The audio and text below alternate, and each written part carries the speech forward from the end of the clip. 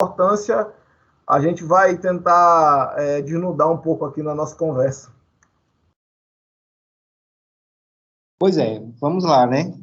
Você também que estuda direito, você é advogado também que já está exercendo, fique à vontade também de estar aqui participando conosco.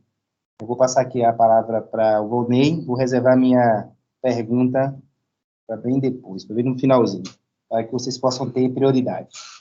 Então, a partir desse pressuposto aí, dessa introdução, queria que o senhor pudesse também estar falando um pouco sobre a questão do conflito de interesses, né, entre as nações, e pudesse estabelecer, assim, digamos, quais são os indicativos, os parâmetros que os países, enquanto no jogo dos interesses, para salvaguardar a sua soberania, como é que eles se colocam enquanto, por exemplo, a gente está falando aqui da nossa pátria, o Itamaraty. Como é que, de certa forma, lidando com a questão do viés político, aí eu vou agora afunilar,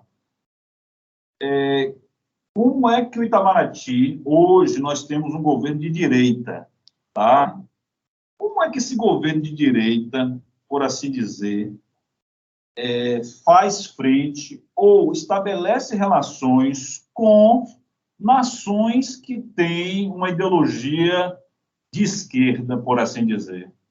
Queria que o senhor pudesse estar fazendo assim essa ponte no conflito de interesses e a questão política, que, de alguma maneira, aí eu vou realmente entender que as questões políticas, elas respingam, elas, de alguma forma, ditam, digamos assim, o caminho onde essa soberania ela vai estar, digamos, mais robusta, ou ela vai estar enfraquecida, porque o viés econômico aí, marcadamente, ele é influenciado. Como é que o senhor vê isso aí, professor?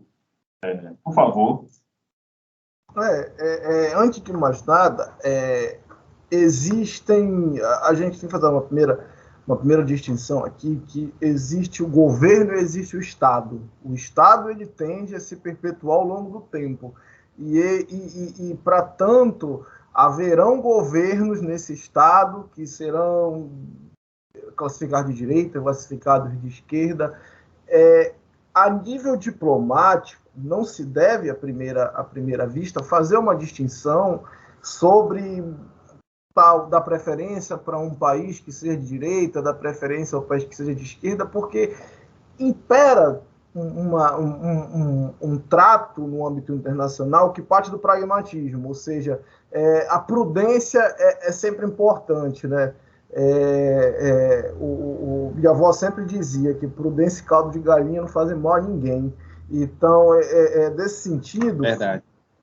Usa essa para ilustrar, porque aí existe uma situação em que o governo não pode estar fazendo, sabe? Privilegiar um em detrimento de outro, né? Eu digo isso porque é comum que a gente escute, a gente entenda a China como um país comunista, ou seja, de esquerda, mas ao mesmo passo que é de esquerda, é um parceiro econômico fundamental, vital para o Brasil. Então, assim, o Brasil não poderia largar de mão, né? Então, a situação toda é que o Itamaraty ele tem que se pautar por normas pragmáticas, por normas diplomáticas, né? E a diplomacia não tem que fazer distinção, são todos estados e eles estão em pé de igualdade. Haver um governo de direita, haver um governo de esquerda num estado, não coloca ele numa posição acima do outro, né? Então, o que se convencionou mostrar nesse atual governo do Brasil é que, enquanto o ministro Araújo esteve no cargo do Itamaraty, nós realmente víamos que o Brasil dava um enfoque maior para esses países de direita, né? Só que com o ministro França, a situação é outra. Ele já é uma pessoa mais pragmática, ele tem um trato maior. né? Colocando em perspectiva essas duas visões de andamento de diplomacia, talvez esta agora seja mais condizente com o histórico diplomático brasileiro.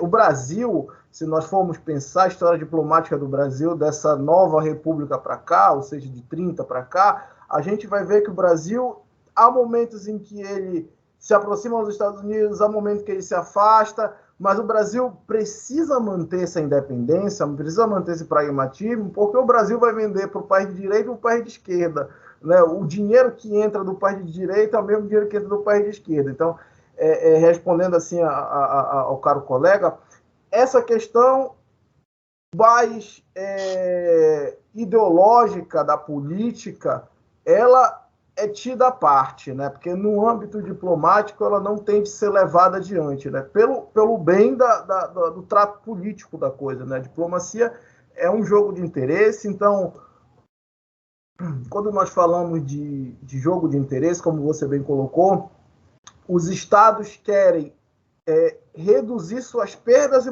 maximizar seus ganhos. Então, para isso, eles fazem o que nós chamamos um jogo de dois níveis. O que é o jogo de dois níveis? O primeiro nível é o nível nacional, é o nível interno, e o nível interno produz demandas em que o Estado vai propor no ambiente internacional. Então, isso significa que o ambiente interno influencia o externo e vice-versa. Então, é nesse âmbito. Nenhum Estado vai passar por cima do outro, nenhum Estado vai tentar sobrepujar o outro. Eles estão em pé de igualdade, né, ou ao menos deveriam, e isso a nível jurídico, mas exatamente esse jogo de interesses, às vezes, ele fica meio truncado, e o papel da diplomacia é desatar nós, né? Ok, então, interessante, que realmente a norma prevalece, o que está posto, né? Enquanto o direito, a doutrina, digamos assim, né?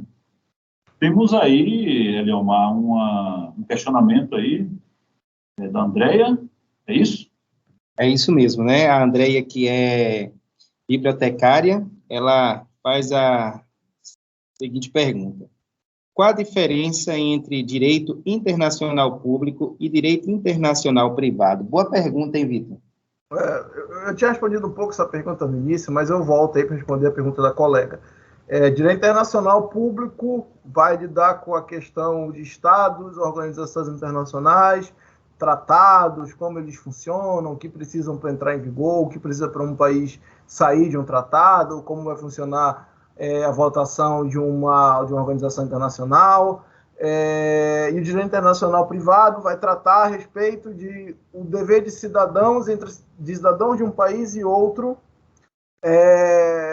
entre esses cidadãos, né? Então, vamos supor, um brasileiro casa com uma americana, aqui no Brasil, como funciona a questão da nacionalidade dos filhos, a questão de sucessão, a questão de divisão de patrimônio, caso venham se separar, aquisição de empresas de outro país quando vem ao Brasil, como isso funciona. Então, essas questões são ligadas ao direito internacional privado, né? Direito internacional público vai falar de estados, organizações internacionais. Ainda tem mais uma pergunta aqui da Andréia. Na prática, o que faz um profissional que atua com direito internacionais? Quais são os princípios do direito? Os princípios do direito internacional? Isso. Bom, assim, a gente poderia passar a noite falando deles aqui, né? Mas eu vou selecionar um, que é o primeiro, o princípio da isonomia, né, que dizem que os estados, não importa se é um estado africano, um estado europeu, se é um estado da Oceania, eles estão materialmente em pé de igualdade. Então, são todos estados, né? E para isso existe uma questão que é o reconhecimento da sua soberania, né? Quando um país reconhece o outro, ele está, na verdade, dando o seu aceite para que esse estado venha fazer parte e se assente ao meio das nações reconhecidas. Então, esse seria o primeiro princípio do direito internacional. O segundo princípio que nós podemos trazer do direito internacional é justamente a questão do respeito à soberania dos Estados, né? Ou a soberania, a gente costuma dizer que é a vaidade do Estado, mas a soberania nada mais é do que o direito do Estado de exercer a sua legalidade dentro do seu território. Eu, em outras palavras, poderia dizer também que é o respeito ao território delimitado do Estado, né? E o direito que esse Estado tem de exercer o seu governo, de ter suas leis, de ter sua carta magna, caso a tenha. Então, eu seleciono esses dois, mas existe um rol enorme de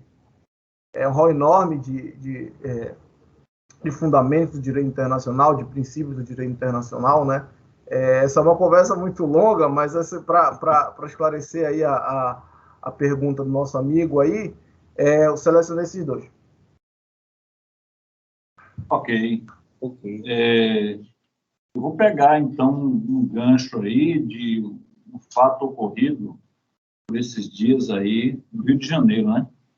Com relação ao assassinato do congolês, né?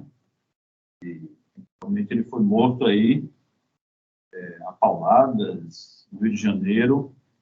Queria saber o fundamento e como é que funciona esse trâmite aí, a interferência, digamos, da Embaixada do Congo, como é que se estabelece essa questão de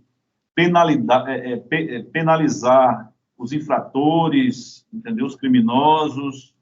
Eu queria que o senhor pudesse dar uma palavra com relação, acho que o senhor tem acompanhado aí a mídia, como é que se estabelece, no caso, essas pessoas vão ser julgadas, tem algum tipo de interferência com relação às normas congolesas, do direito congolês, digamos? Aí esse é um caso clássico do que nós chamamos de interferência entre leis. O que significa essa interferência entre leis? Significa que nós vamos ter dois ordenamentos jurídicos lidando com o mesmo tema. O ordenamento jurídico nosso e o ordenamento jurídico congolês. Via de regra, o que a gente tem que precisar... O caso o ponto de casualidade aqui é justamente onde ocorreu o crime. O crime ocorreu no Brasil. E foi perpetrado por brasileiros. Então, o crime é julgado no Brasil. Não é julgado em Congo, não foi ocorrido lá. Era um cidadão congolês que foi assassinado no Brasil. Então, para todos os efeitos, é a nossa justiça que vai exercer seu papel, né? A Justiça do Congo pode pedir alguma indenização a respeito da família, ou tentar acompanhar o processo tenha celeridade, que sejam observados realmente os princípios legais, né, desse processo penal, mas, via de regra, é a nossa justiça que faz o seu dever, né? A família dele, se não me engano, reside no Brasil, né? Não tenho notícias de que ele talvez já tenha algum documento nacional, provavelmente tenha. Enfim, mas esses são pontos que vão ser levados em consideração pela justiça brasileira, né? Um caso absurdo, bárbaro, né? Mais um caso dessa nossa latente violência sem freio, na qual nós nos encontramos, né? E que, enfim, né, fica a nossa torcida, nós devemos fazer pressão para que seja um caso a ser célere e um caso também para que nós mostremos que nós podemos nós podemos exercer a nossa justiça tanto quanto o mal é feito com os nossos, mas também com os outros, né? É uma pessoa que veio ao Brasil fugindo da guerra civil e, infelizmente, encontrou este triste fim, né? Vitor, antes de fazer uma pergunta a ti, deixa eu ler aqui essa pergunta do ouvinte. Como é o mercado de trabalho na área de direito internacional? Daqui a pouquinho eu quero até pegar uma ponga aí com o Valnei sobre essa questão aí, esse acontecimento, porque já entra outra questão preocupante, né? Como a Stand Voice é uma ONG educacional, que tem como finalidade também combater o ódio. Mas eu só vou te fazer essa pergunta depois que você responder essa aí. Como é o mercado de trabalho na área de direito internacional? Um ouvinte aqui, representante de direito. Bom, né? Eu talvez não seja a pessoa com mais gabarito para falar disso, porque eu enveredei para o direito internacional sendo de relações internacionais. Então, talvez eu não tenha o background, o plano de fundo, que talvez você, amigo do direito, tenha. Né? A área do direito chuto dizer aí que tem um campo muito maior que de relações internacionais, por exemplo. Mas vamos Profundo, né, supor, Vitor?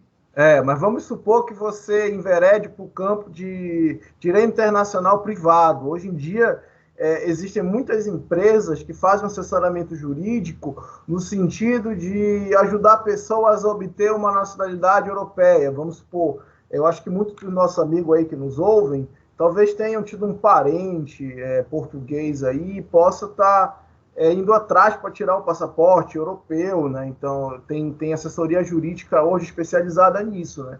Que é uma área do direito internacional privado, né? Outra também muito interessante, também nessa parte de assessoramento jurídico internacional, é quando alguma empresa de fora vem se instalar no Brasil e elas precisam saber como funciona a nossa legislação, como ela pode atuar aqui, o que ela precisa para atuar, né? E o terceiro ponto aqui para finalizar seria a questão mesmo de matrimônios, né? Questão conjugal. O operador do direito pode estar auxiliando um casal de uma brasileira ou um estrangeiro que vem se casar no Brasil, ou brasileiro que se casou fora e está querendo uma ajuda para saber como proceder em questão de guarda de criança, pensão alimentícia. Então, o campo do direito internacional privado, se você está pensando em atuação, é muito vasto nesse sentido, né? Agora, o campo do direito internacional público é muito mais voltado para pesquisa e ensino, né? Entendido. Agora, minha pergunta que eu quero fazer para ti, né? Você também que vai falar um pouquinho sobre geopolítica, sobre Israel. Eu sei que o VM está aqui se segurando para já entrar aí sobre essa questão da geopolítica, mas eu acho que você notou, né, o que está acontecendo aí durante a semana.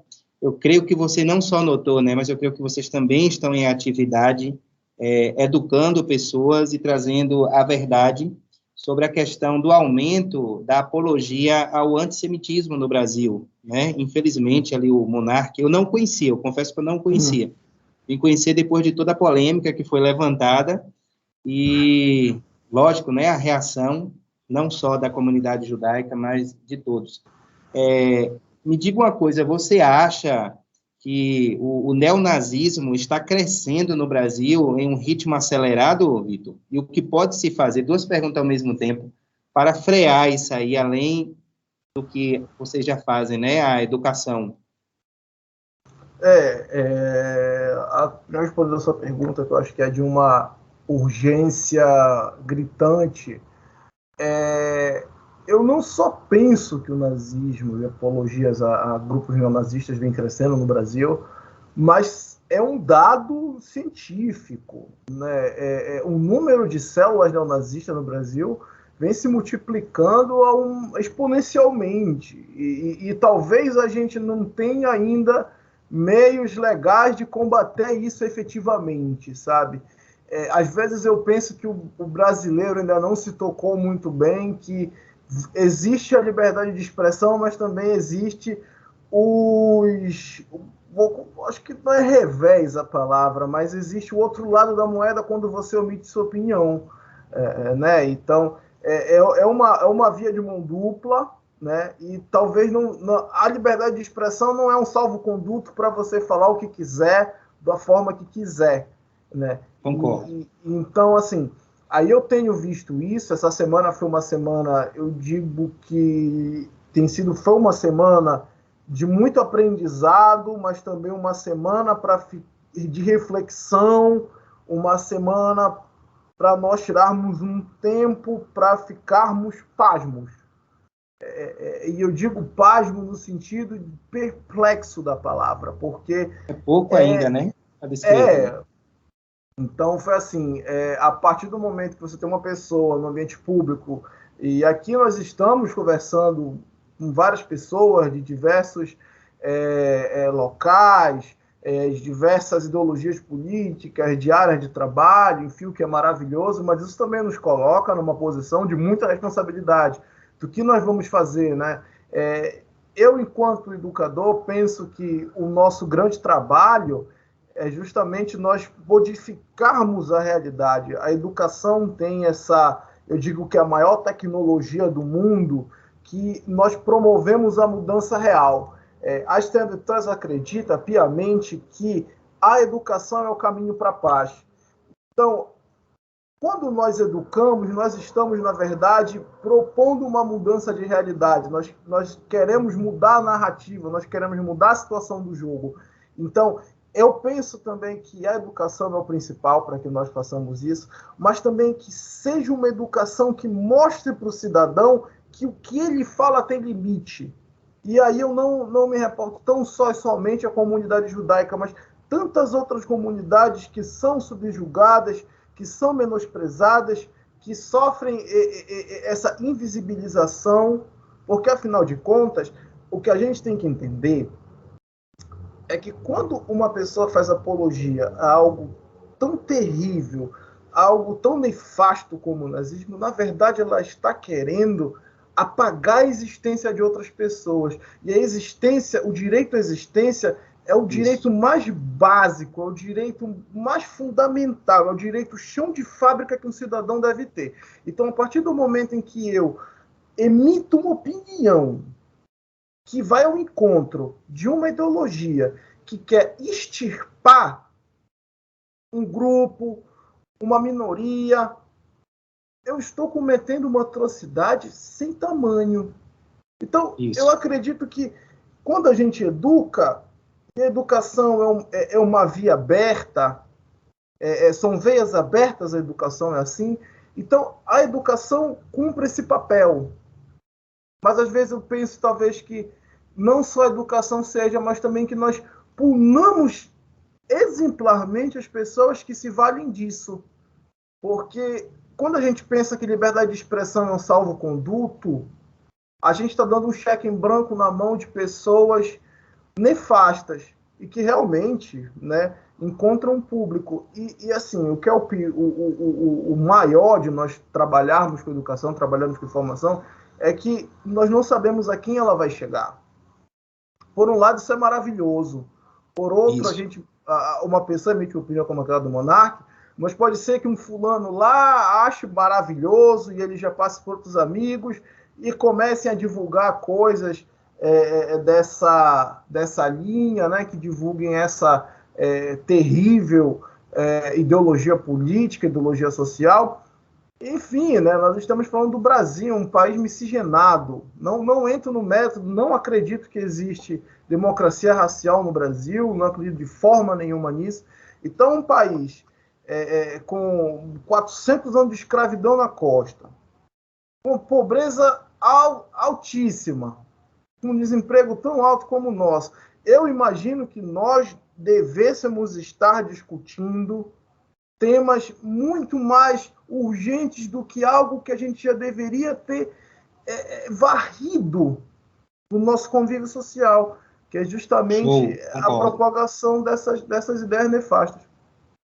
Por isso que o sistema educacional está do jeito que está, né, Vitor? Porque ao invés de trazer conhecimento, trazer uma ampla divulgação, uma ampla educação que venha ensinar as pessoas a conviver com aquelas pessoas de todos os contextos, né, de vida, de crença. Não, as pessoas querem promover o ódio, né?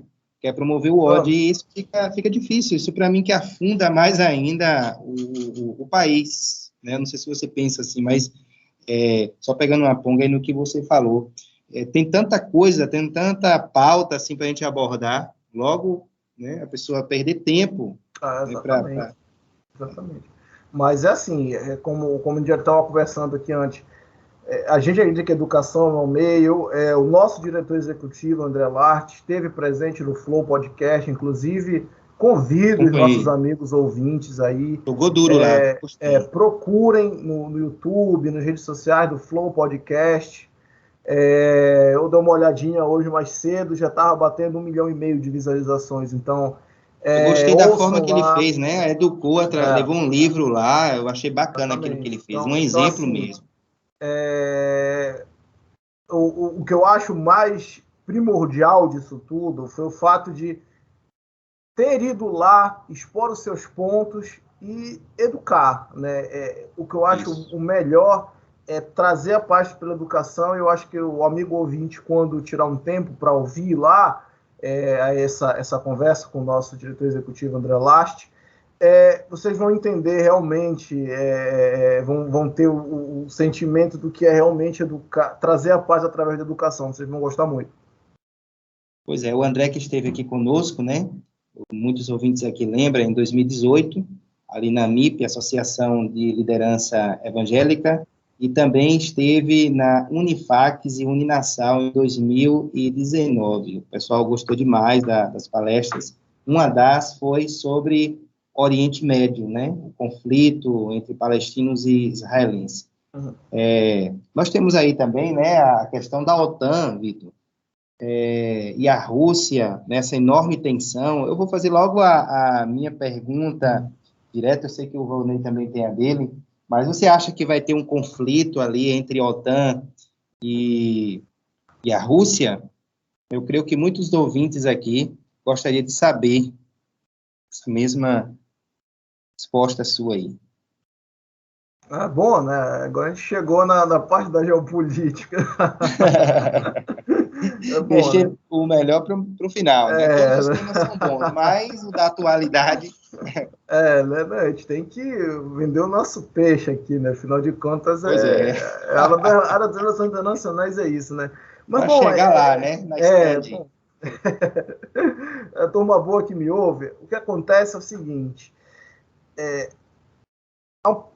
alguns anos atrás a gente estava falando sobre a questão do jogo de interesses. Então, o caso da Rússia eu acho que ilustra muito bem, né? O que acontece ali?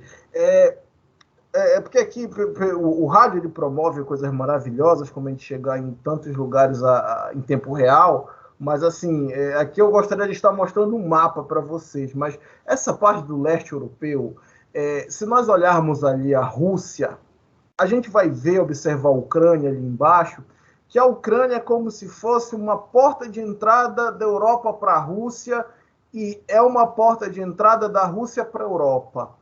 Então, a conformação da Ucrânia permite-nos dizer que ela funciona como, tem um termo em geopolítica que é Estado tampão.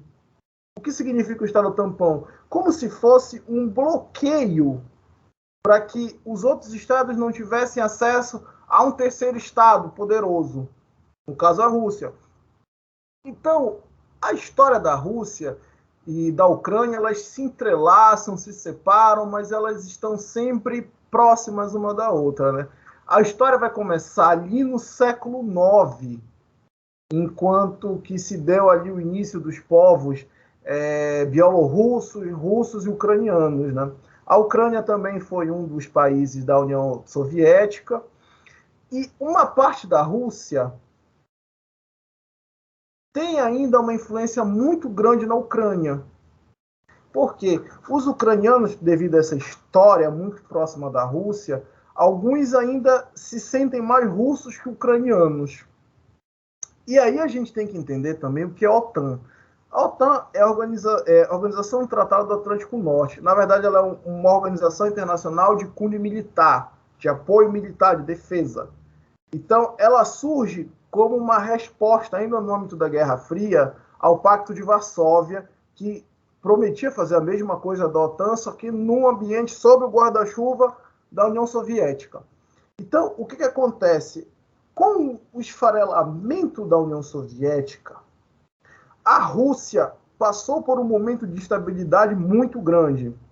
O presidente Boris Yeltsin, foi o primeiro presidente da Rússia, depois da União Soviética, talvez não tenha sido um líder apto o suficiente para entender que ele precisava recolocar a Rússia num ambiente diferente daquele da União Soviética. Ela já não era mais aquela potência, ela já não tinha mais aqueles estados satélites ali para fornecer o apoio que fornecia anteriormente a ela, mas ele também entendeu uma coisa muito importante, que tinha na Ucrânia algo valoroso para a Europa e para a Rússia. Por que eu digo isso? Porque se a gente for olhar, meus amigos, ali, o mapa da Rússia, a gente vai ver uma coisa interessante, que há países próximos à Rússia, países do Balcãs, Letônia, Lituânia, Estônia, esses 3 países, eles já são membros da OTAN, então são países próximos da Rússia que já estão na OTAN. E a OTAN é uma organização, é um tratado militar, ou seja, bélico. E um país como a Rússia não vai querer influência externa na sua fronteira. Então, o que acontece? Algo semelhante aconteceu em 2008 na Geórgia. A Geórgia fez movimentações para fazer parte da OTAN e para fazer parte da União Europeia. A Rússia foi lá e invadiu a Geórgia. Até hoje, há bases militares russas na Geórgia. Então, foi uma forma que a Rússia achou de não querer a influência da OTAN mais forte perto do seu território, né? Em 2014, houve a questão da Crimeia, que, como eu tinha dito anteriormente, uma parte da Ucrânia ainda se sente russa, e a Crimeia é uma dessas partes da Ucrânia que se sente russa, né? E a Rússia fez uma invasão na Crimeia e fez um plebiscito, perguntando para a população lá se eles queriam fazer parte da Rússia ou da Ucrânia. 97% das pessoas votaram a favor de uma anexação russa, e em 2015 foi assinado um acordo de paz, né, que realmente reconhecia a Crimeia como parte da Rússia. Só que em 2017, na região de Donbass, na Ucrânia, movimentos separatistas que não gostavam de Kiev começaram a propor uma guerra civil. Ela arrefece, ela esquenta, fica nesse molde não sopra, mas a Ucrânia também não é um país que vive em céu de brigadeiro, né? Tem que deixar bem claro isso. E o interesse russo na Ucrânia, além da parte militar, ele tem uma outra influência que é econômica. A primeira delas é que o que eu vou dizer agora pode parecer um pouco estranho para o amigo que me ouve, mas se vocês olharem o mapa da Rússia, vocês vão achar que eu estou doido, mas a Rússia não tem saída para o mar. Mas você vai se perguntar, mas a Rússia é o país com a maior extensão territorial do mundo. E é bem verdade, só que a Rússia não tem saída para o que nós chamamos de mar quente. O porto de Vladivostok, na Rússia, o maior porto russo, ele congela 4 meses no ano. Enquanto que os portos da Crimeia, eles são de água quente, eles não vão congelar ao ano, né? Então, isso também é muito importante para a Rússia, né? Ter uma saída para o mar de uma forma de uma localidade que não vai congelar em algum momento do ano. Você tem sempre fluxo indo e vindo. E também a Rússia é o maior produtor mundial de gás natural, e esse gás natural vai alimentar a Europa. Então, vejam só o quadro que se pinta aqui. Passa esses gasodutos que levam esse gás natural para a Europa, começam na Rússia, atravessam a Ucrânia. Então, pensemos nós a cabeça de um governante russo. Já pensou se o território ucraniano entra sobre a guarda da OTAN, a guarda da União Europeia, e aí a Rússia pode sofrer com isso? Às vezes a gente faz em relações internacionais um exercício de futurologia, que nós propomos cenários a se pensar. Então, num cenário em que a OTAN fornece ajuda militar para a Rússia e a União Europeia fornece ajuda econômica, a Ucrânia poderia muito bem um dia chegar e dizer: nós vamos nacionalizar tal parte aqui do gasoduto, mas o gasoduto parece na Rússia, entendeu? Então, toda essa situação se cria. E existem estudos que dizem que há mais de 100 mil homens russos já posicionados na fronteira com a Ucrânia. E aí existe um outro ator por trás disso, que é a China, mas a China não parece disposta a gastar dinheiro para salvar a pele do Vladimir Putin. Me parece que a China hoje está observando as movimentações que acontecem na Rússia, porque talvez hoje, no momento, a China não tenha ou poderio militar suficiente para lidar com isso, ou conhecimento geoestratégico para lidar com isso. Mas a bem da verdade é que, pensando em China, e aí a gente já passa uma outra questão, que geopolítica tem muito disso, de um tema puxar o outro. Então, a China percebe que se a Rússia vai comprar uma briga e vai causar desgaste aos Estados Unidos, é bom para a China, porque os Estados Unidos é rival econômico da China. Então, aí entra aquela situação, né? O inimigo do meu inimigo é meu amigo. Só que Rússia e China são um país próximo, né? Tem uma cooperação muito próxima ali. E aí existe toda essa questão. Será que os parceiros europeus da OTAN vão comprar a briga da Ucrânia? E aí eu me pergunto também, será que o governo de Joe Biden vai encampar mais essa depois da retirada de tropas do Afeganistão? Então são situações... Foi para ele ali, né, no Afeganistão, bem pontuado aí. Então são questões a se pontuar, porque elas podem ter implicações muito grandes, né? Honestamente, eu não acho que vai evoluir para um conflito armado, algo muito grande. O que eu acho que pode acontecer é a Rússia fazer alguns movimentos ali, sentar com a Ucrânia e conversar. Olha, a Ucrânia, realmente a gente não quer que você faça parte disso. E, enfim, né, para a Rússia não é nada atrativo, não é nada saudável que tenham tantos países vizinhos dela, da Rússia, e que estejam sobre a proteção da OTAN, porque ter a proteção da OTAN significa que você vai ter militares de outros países fazendo manobras militares ali, e o principal, a OTAN encampa uma guerra contra a Rússia. Então, dessa perspectiva, eu não acredito que vá se ter uma escalada a nível de uma guerra realmente, né? Pode ser que em poucas horas isso mude, pode ser que não, né? Mas eu acredito que realmente a diplomacia vai entrar em jogo, né? E assim, a gente pensa que esse caso está muito distante da gente, mas este mês ainda o presidente brasileiro vai se reunir com o Putin. E o Vladimir Putin, em uma dessas declarações dele a respeito dessas tensões que estavam escalando, o que foi que ele disse? Com todas as letras, uma escalada americana de apoio à OTAN vai ser respondida com ações militares russas na Venezuela e ações militares russas em Cuba. Cuba fica a poucos quilômetros de Miami, Estados Unidos. E a Venezuela, para bom entendedor, é vizinha do Brasil.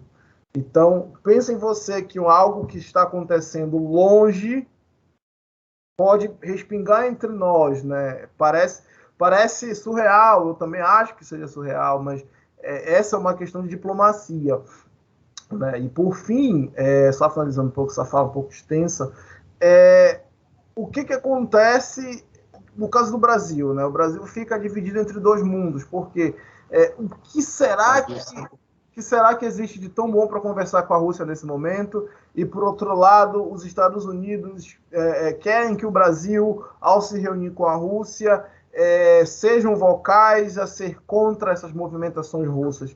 Então, é uma situação delicada. Em 2014, quando houve a questão da Crimeia, o governo brasileiro não se pronunciou, nem tudo que acontece no ambiente internacional os países têm de se pronunciar, ainda mais o Brasil, que mantém relações amistosas com todos os países, né? Então, e tem que se manter assim, né, Vitor? A gente pode encampar algo meio complicado aí, né? Cenas dos próximos capítulos.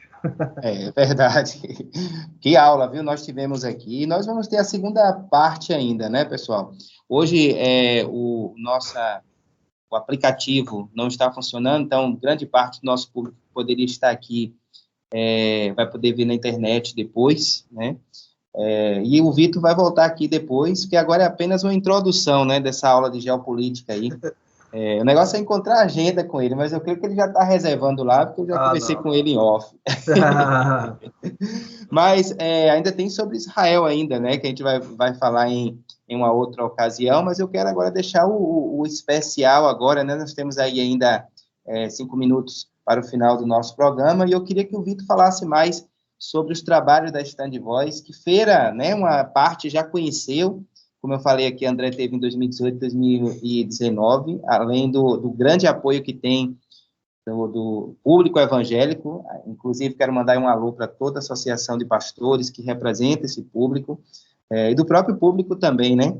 mas eu gostaria que você se aprofundasse um pouquinho mais sobre esses cursos aí que vocês estão promovendo aí. Então, você tem aí, 4 minutinhos para você falar sobre essa promoção que vocês da Stand Voice estão promovendo aí na área da educação para o público feirense, né? Que tanto ama Israel e o sionismo. Bom, a gente fica muito agradecido com o carinho de vocês, né? O Miguel Você Leomar... tem que ver pessoalmente, viu, Vitor? Tem que ver pessoalmente. A Sabrina já veio, o André já veio, só falta você. Maravilhoso. O Miguel Leomar convida e a gente arranja, né, na agenda. Mas sim, gente boa que me ouve. A Stand-Us, como já dito na nossa conversa, é uma organização educacional sem fins lucrativos, né? E nós temos alguns cursos de extensão, né, que duram em torno de 6 a 7 meses, e gostaria de falar um pouquinho deles aqui nesse tempinho que nós temos. O primeiro que nós temos é o Emerson Fellowship. O Fellowship ele é um curso de aprofundamento em temas de Oriente Médio, e aí o participante vai poder se aprofundar em direito internacional, em relações internacionais, em geopolítica, ciência política também, temas da sociedade israelense. Esse programa, o Fellowship, ele é voltado para alunos que estejam na graduação. Ele é muito... Nós procuramos aqueles alunos que estejam primordialmente, preferencialmente, que estejam em cursos de ciências humanas e sociais aplicadas, né? Pessoal do direito, pessoal de ciências sociais, de história, geografia, que se interesse por esse tema. Estarei repassando ao amigo Eliomar aí alguns materiais aí de divulgação para que ele possa passar para vocês.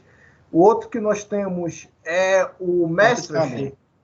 O Mastership é a mesma estrutura do Fellowship, porém com uma carga de estudos maior, uma carga de leitura maior, porque ele é voltado para aquelas pessoas que já tenham saído da graduação e atualmente se encontrem na pós-graduação em seus mais diversos níveis ou já tenham saído da pós-graduação. Então, ele é voltado para pessoas a partir de 26 anos, né, atendendo esses requisitos que eu falei.